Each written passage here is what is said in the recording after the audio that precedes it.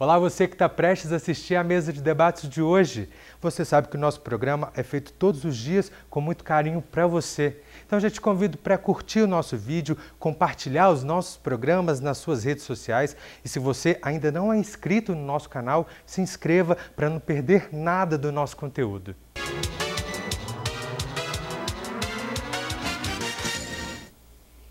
Olá, hoje é quarta-feira, dia 30 de janeiro. Está começando mais uma mesa de debates aqui pela TVE Juiz de Fora. Mais uma vez eu agradeço a sua companhia, você que está ligadinho com a gente. Já te faço um convite também para ficar junto com a gente até meio-dia. Hoje nós vamos conversar sobre a tragédia ambiental que mais uma vez cobre o país de tristeza, indignação e lama. O rompimento da barragem em Brumadinho. Agora eu apresento para vocês os debatedores do nosso programa de hoje. Bom dia, Janaína, tudo bem? Bom dia, Caio. Bom dia, convidados. Bom dia, professor. Que honra estar aqui debatendo com você hoje. Prazer é todo nosso. Bom dia mesa, né? Bom dia os egressos aí dessa tragédia. Bom dia os telespectadores. É um prazer estar aqui debatendo. Hoje Obrigado. promete. Hoje promete. Bom, agora eu apresento para vocês os convidados do nosso programa de hoje. A gente recebe a capitão do Corpo de Bombeiros, Nájila Lamin da Silva Ferreira. Bom dia. Bom dia, Caio. Bom dia, os componentes da mesa. Bom dia, os telespectadores. E agradecemos a oportunidade para estar aqui falando mais uma vez do trabalho da corporação. Muito obrigado. A gente recebe também o tenente do Corpo de Bombeiros, tenente Natan Canavês. Bom dia. Bom dia, Caio. Bom dia, amigos. Bom dia, telespectadores. Obrigado mais uma vez pela oportunidade de estar aqui. A gente que agradece. A gente recebe também a jornalista Mônica Cury. Bom dia. Bom dia, Caio. Bom dia a todos da mesa. Bom dia aos telespectadores. Prazer te receber. E também o fotojornalista Otávio Martins. Bom dia. Bom dia, Caio. Bom dia a todos que estão aí. Obrigado. Desde a última sexta-feira, o país inteiro acompanha o sofrimento das vítimas do rompimento da barragem da mineradora da Vale em Brumadinho, na região metropolitana de Belo Horizonte. A cidade de aproximadamente 30 mil habitantes foi praticamente devastada e encoberta pela lama e rejeitos de mineração. De acordo com o jornal El País, 84 mortes já foram confirmadas e 276 pessoas ainda continuam desaparecidas.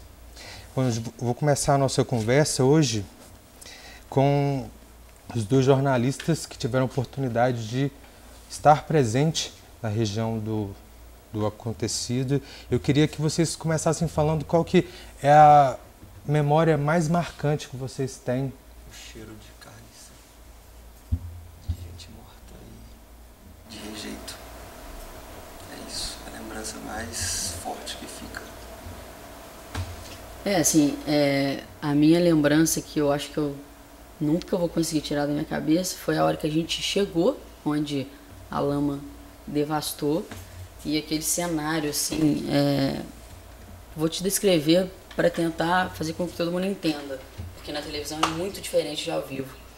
É um cenário de filme, aquelas produções americanas, que a Terra está sendo destruída, sabe? Tudo marrom, aqueles filmes apocalípticos. Tudo marrom, tudo destruído, nada com vida, as árvores todas caídas. Barulho de helicóptero.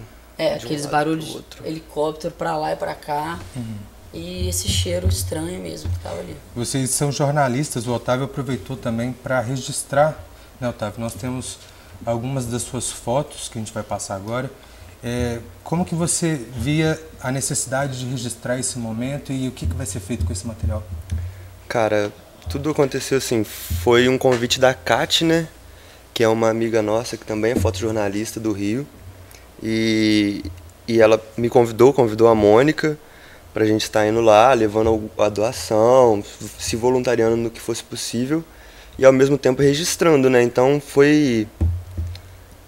não foi algo especificamente de trabalho, na verdade, não, foi assim, uma vontade mais de poder fazer alguma coisa. E aí a gente se movimentou o que dava para fazer e fomos.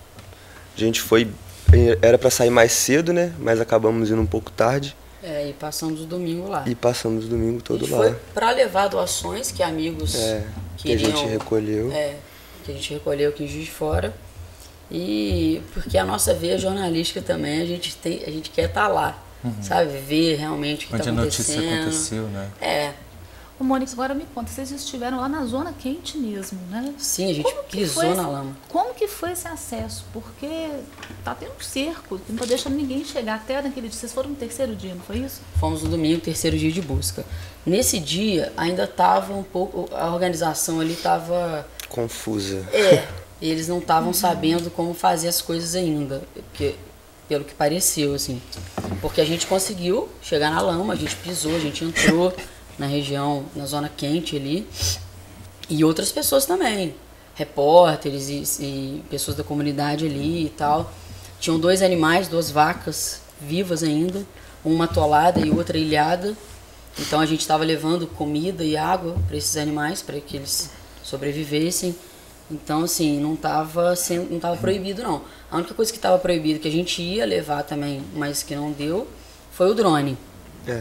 Sabe, o drone com pessoas normais, assim, sem ser deles ali, já estava proibido. Recebeu alerta e tal do comandante, falando que não podia, que era para cadastrar os drones em determinado lugar. E isso aí se devia o quê? Por que o drone teria que Por ser conta dos helicópteros, né? Muito helicóptero fazendo resgate. Ele tem um acidente grave, né? Não, isso foi o que eles falaram, né? O que dificultou assim, né? A gente teve acesso bem fácil, para dizer a verdade, não foi difícil chegar. A gente tentou ter um acesso melhor ao local onde as vítimas estavam sendo levadas, né? Ao heliporto. Que eles desciam com as vítimas e eles não estavam deixando ninguém chegar, nem a imprensa, nem os familiares que queriam muito saber quem que era e tal. Então isso estava gerando um pouco de transtorno ali no local.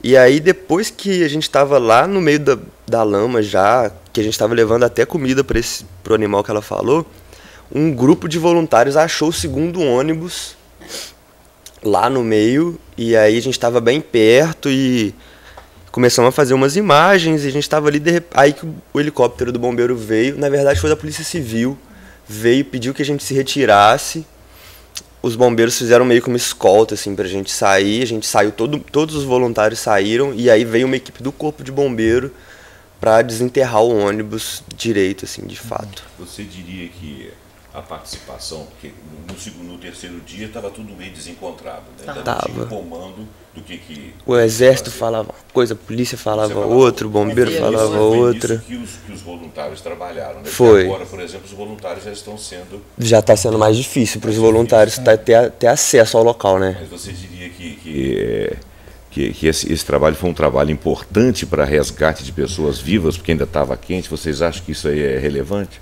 Olha só, eu vou te ser bem sincero, todas as imagens que eu vi de gente viva sendo resgatando foi de trabalho voluntário. Trabalho voluntário. Não menosprezando de forma alguma o trabalho dos bombeiros.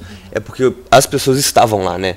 As estruturas mais organizadas, elas precisam de comando e precisam de uma logística correta, né? Então eles não podem sair assim entrando. Agora, vocês que foram lá com base na solidariedade, muito mais do que do viés jornalístico, né? Que vocês foram mais com base no voluntariado, quer dizer, uma coisa mais solidária. E outros lá, vocês estão até de parabéns, né? Porque é um risco que você corre, né? Vocês estavam no palco do evento ali, no momento da tragédia, e vocês poderiam ser vitimados também. E é justamente isso que vocês querem tentar evitar, né? Que pessoas comuns, os voluntários, também sofram um acidente e virem vítimas dessa tragédia toda. Explica pra gente os motivos que fazem vocês impedirem pessoas normais, cidadãos, de frequentarem a região, de fazer alguma ação. Na verdade, como está sendo muito bem retratado, é um desastre de grande impacto, né? E ali havia um momento, assim que chegam as primeiras equipes para realizar ali a resposta, o resgate das vítimas, existe uma organização que é feita, né? Nós falamos que é instalado um posto de comando, né? Nós utilizamos, inclusive, uma ferramenta muito conhecida, inclusive de forma internacional, que é o Sistema de Comando de Operações, para que a gente consiga alinhar as informações, realizar um estudo técnico do que será feito, né? Nós não adentramos numa área sem realizar um estudo necessário do que tem que ser feito, até mesmo para organizar muito bem as equipes. E aí, naquele primeiro momento, considerando o impacto, o horário, né, que ocorreu, o número de pessoas que ainda estavam ali, até os parentes, aqueles que não foram atingidos e vítimas, realmente, no calor da emoção, daquela situação de realmente ajudar, inclusive os próprios repórteres que estavam lá, etc. e tal, queriam ajudar realmente, né, e apoiar as equipes. Mas nós entendemos que, num momento desse, há uma necessidade realmente de compor zonas, né? E aí a gente isola essa zona quente, né, que a gente chama que é onde ficam as equipes especializadas, que é uma área que essas pessoas que não detêm esse conhecimento técnico não devem adentrar, justamente por conta da segurança.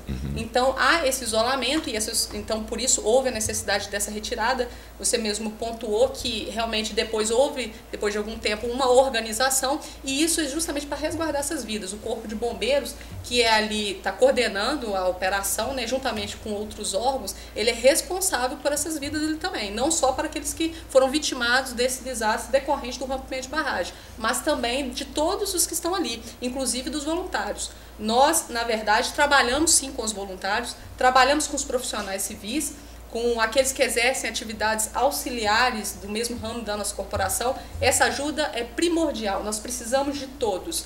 E ali eles estão trabalhando também. E, logicamente, foi muito noticiado, né, que não estariam trabalhando, não poderiam apoiar, etc. e tal. E, na verdade, essa é uma notícia verídica. Os profissionais civis, voluntários, estão trabalhando lá, mas a gente aciona de acordo com a demanda.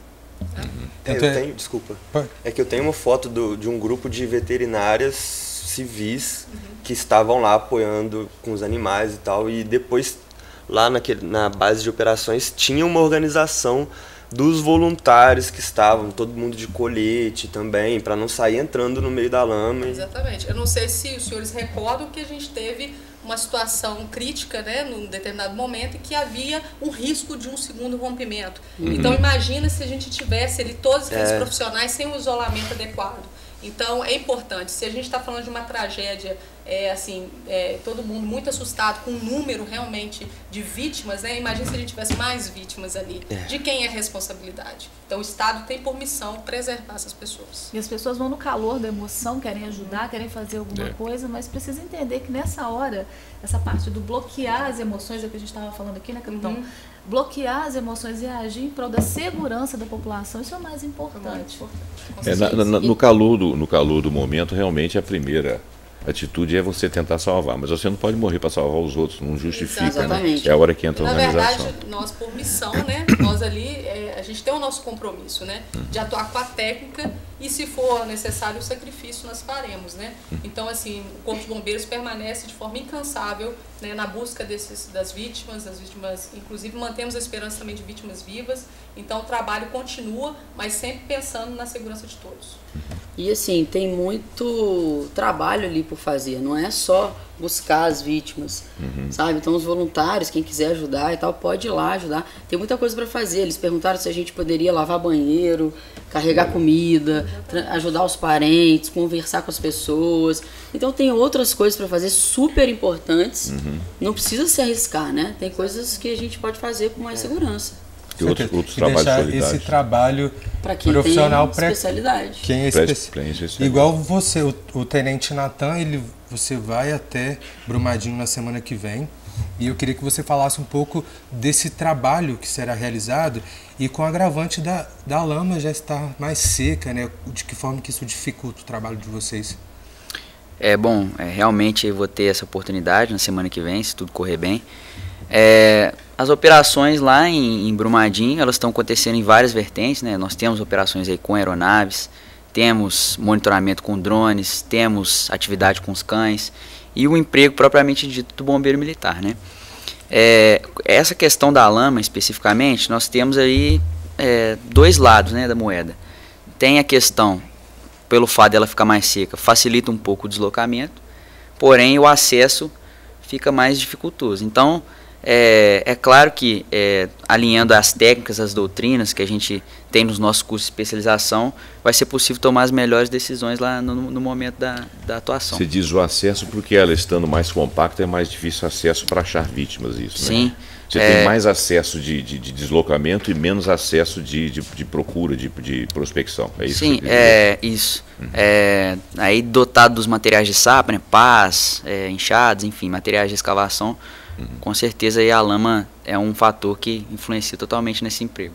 As equipes que estão lá são de bombeiros, exército, Quais são as instituições que estão trabalhando nesse momento lá? Bom, nós temos em torno de 300 pessoas no momento, sendo mais de 200 bombeiros militares do estado de Minas Gerais, alguns outros militares de corpo de bombeiros do Brasil que também estão no local, e além de 136 pessoas do país Israel, né? Então, a gente tem toda a divisão, né, pelo posto de comando. Tem origem militar também, o pessoal de Israel também tem origem militar. Isso. Certo. Então, dentro do posto de comando está sendo definida a função de cada um, quem vai fazer a busca, quem vai atuar na parte de planejamento, tudo. Aqui ficou claro que a comunicação era um problema a princípio, né? Até onde ir, quem poderia chegar a qual lugar.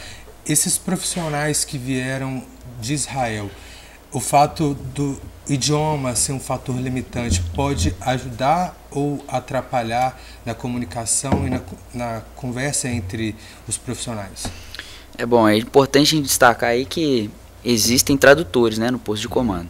Então esse problema da comunicação, até o momento a gente não tem relato de alguma dificuldade, algum problema com relação a isso, justamente por essa questão. Então as operações juntamente aí com o país Israel têm sido muito íntimas. Tenente, a mídia tem jogado, e nós até já conversamos sobre isso aqui, a mídia tem jogado aí a necessidade ou não da vinda de Israel. A gente não quer entrar em polêmica, não.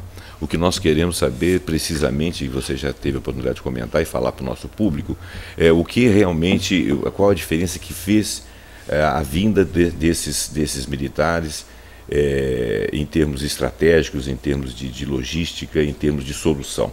Você poderia falar para nós? Sim, é importante a gente destacar aí sobre essa questão específica de Israel, é que eles possuem alguns materiais, alguns equipamentos tecnológicos que estão sendo úteis, né, na operação. E que nós não possuímos. Sim. Alguns equipamentos, para citar aqui de forma breve, para monitoramento de celulares, né? Alguns monitoramentos sonares que vão aí identificar a densidade de materiais, a diferença entre o que pode ser lama e o que pode ser concreto, e aí isso vai nos permitir uma possibilidade de, naqueles pontos em que tem concreto, ali teria uma edificação em que pode haver vítimas. Então, tudo isso facilita o Corpo de Bombeiros a identificar os pontos em que vão haver buscas, porque é uma área muito grande. Certo. Porém, com esses pontos específicos, fica a nossa chance de encontrar ali muito maior. Entendi. Então justifica. Eu tenho uma dúvida também Sim. com relação à escala de trabalho. A gente percebe que é uma escala bem pesada. Começa às 4 da manhã, termina 9, 10 da noite. Sim. Como que está funcionando? Porque o fator cansaço é um fator que pode atrapalhar e faz até o profissional correr risco, né? O bombeiro está lá, está muito tempo, tem o emocional, tem o cansaço físico. Você sabe como que vai funcionar isso? Você está indo, né? Então você já deve ter uma noção. Sim. Bom, a nossa escala de trabalho lá, via de regra, está sendo uma semana de empenho para os militares que estão lá, né, nesse regime mesmo que você mesmo já citou, durante o dia. Então, durante essa uma semana, os militares que estão empenhados na busca fazem as buscas, tem o horário ali, claro, para alimentação, tem todo o acompanhamento médico, psicológico, se for necessário, né, tá instalado no posto de comando. E após esse período é feita uma rendição. Outros militares dão sequência às buscas e, se preciso for, conforme está caminhando para isso, nós vamos retornar novamente para Brumadinho depois do período de descanso fora da zona, né, da zona quente. Parabéns, muita dedicação. Obrigado. E a gente já tinha comentado aqui a respeito da outra barragem, né, que corria algum risco do rompimento. Como que o trabalho tem sido feito para evitar que isso aconteça e também para já pensar em rotas de saída? Bom, com relação a essa segunda barragem, né, tá sendo feita uma drenagem, né, nessa barragem, o que vai demorar em torno de 10 dias úteis para concluir todo o processo. Então, já está sendo feito essa segunda barragem também lá em Brumadinho. Sim. Que é aquela que estava correndo risco. Isso. Entendi. Bom, eu vou pausar a nossa conversa rapidamente. A gente vai para o primeiro intervalo do nosso programa de hoje e já voltamos com a mesa.